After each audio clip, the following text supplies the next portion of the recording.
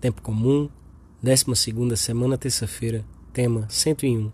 A porta estreita. Pontos a meditar. 1. O caminho que conduz ao céu é estreito. Temperança e mortificação. 2. Necessidade da mortificação.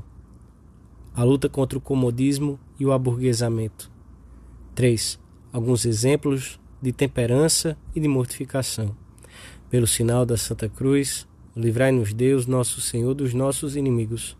Em nome do Pai, do Filho e do Espírito Santo. Amém. Meu Senhor e meu Deus, creio firmemente que estás aqui, que me vês, que me ouves. Adoro-te com profunda reverência. Peço-te perdão dos meus pecados e graça para fazer com fruto este tempo de oração.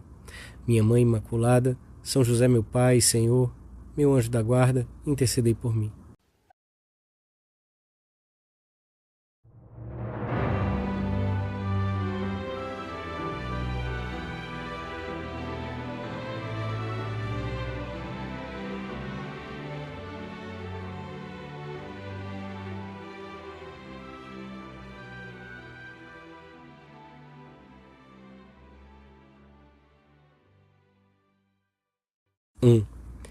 Enquanto iam a caminho de Jerusalém, alguém perguntou a Jesus: Senhor, são poucos os que se salvam? Jesus não lhe respondeu diretamente, mas disse-lhe: Esforçai-vos por entrar pela porta estreita, porque vos digo, muitos procurarão entrar e não poderão. E no Evangelho da missa de hoje, São Mateus deixou-nos esta exclamação do Senhor: Como é estreita a porta, e como é apertada a senda que leva à vida, e quão poucos os que acertam com ela. A vida é como um caminho que termina em Deus, um caminho curto. Importa acima de tudo que, ao chegarmos, a porta nos seja aberta e possamos entrar. Caminhamos como peregrinos em direção à consumação da história humana. O Senhor diz: Eis que eu venho em breve, e comigo a minha recompensa, para dar a cada um segundo as suas obras. 2 caminhos, 2 atitudes na vida: buscar o mais cômodo e agradável, regalar o corpo e fugir do sacrifício e da penitência, ou buscar a vontade de Deus ainda que custe, ter os sentidos guardados e o corpo sob controle. Viver como peregrinos que levam o estritamente necessário e se entretêm pouco nas coisas porque estão de passagem, ou ficar ancorados na comodidade, no prazer ou nos bens temporais, utilizados como fins e não como simples meios.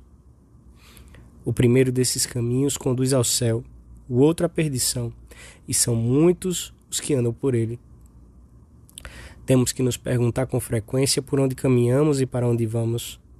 Dirigimos-nos diretamente para o céu, ainda que não faltem derrotas e fraquezas? Andamos pela senda estreita? Qual é realmente o fim dos nossos atos? Se olharmos as coisas não como uma pura teoria, mas referidas à vida, talvez seja possível entender melhor a questão. Se um universitário quer ser médico, não se matricula em filologia românica. Na verdade, se matricula em filologia românica, está demonstrando que o que de fato quer ser é filólogo, não médico, apesar de tudo que diga. Isto é assim porque, quando se quer alguma coisa, é preciso escolher os meios adequados. Se alguém quer ir para casa e deliberadamente escolhe o caminho que conduz à casa do seu inimigo, ou que sem dúvida está querendo ir para onde diz que não deseja ir. E se diz que escolheu esse determinado caminho porque é mais cômodo, então o que realmente lhe interessa é o caminho, não o fim a que este conduz.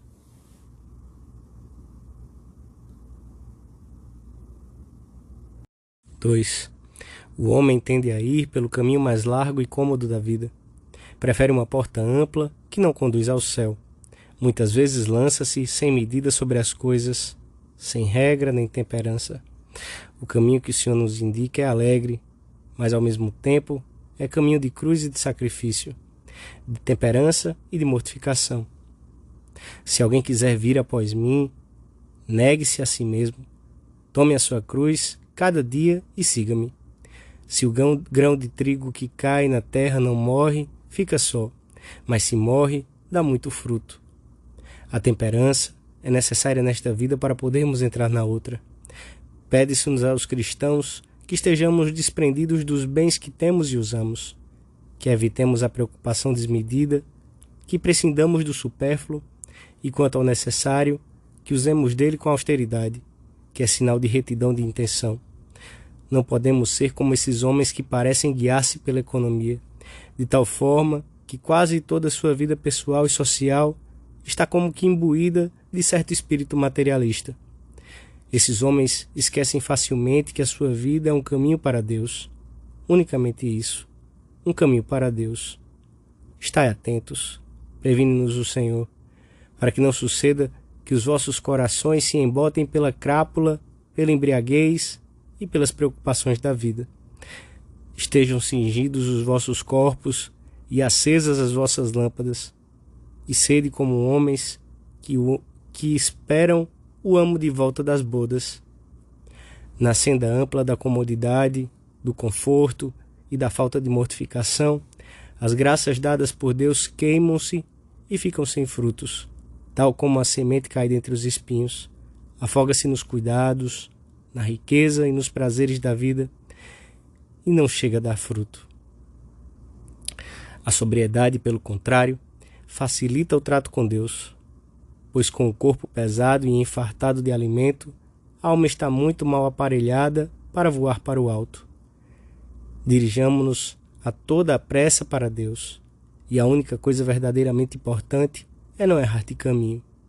Estamos nós no caminho bom, do sacrifício e da penitência, da alegria e da entrega aos outros. Lutamos decididamente com obras, contra os desejos de comodismo que nos espicaçam continuamente.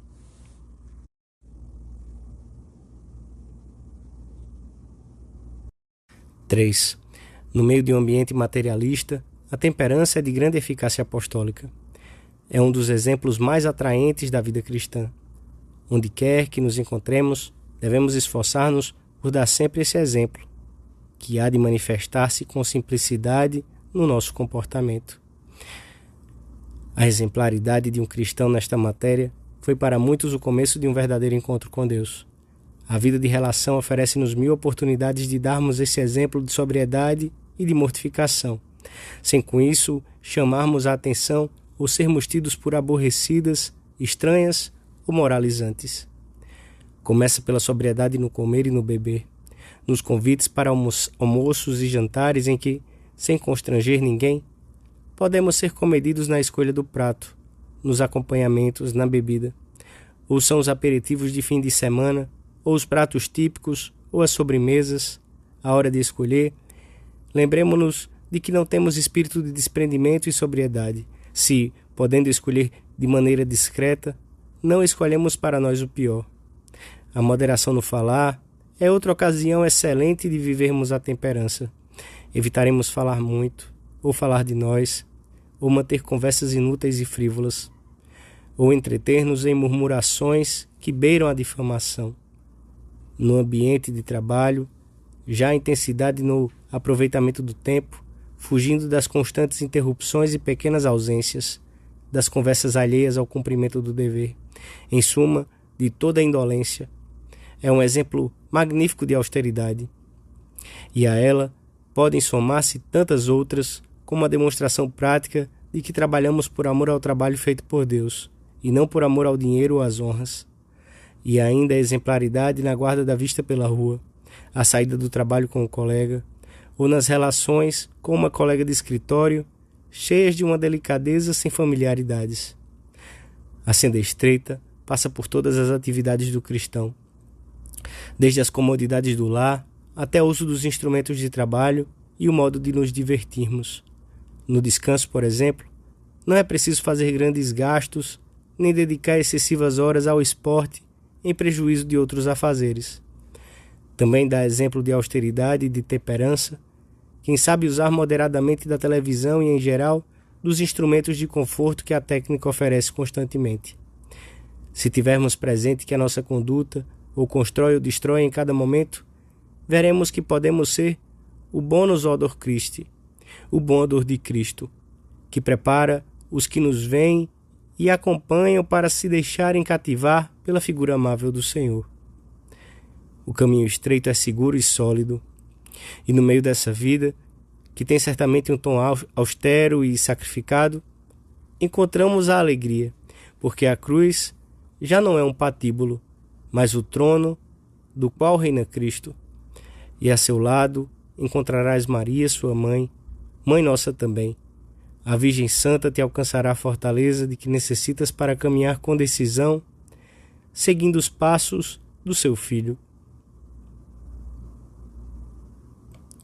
Dou-te graças, meu Deus, pelos bons propósitos, afetos e inspirações que me comunicaste nesta meditação. Peço-te ajuda para os pôr em prática. Minha Mãe Imaculada, São José, meu Pai, Senhor, meu anjo da guarda, intercedei por mim.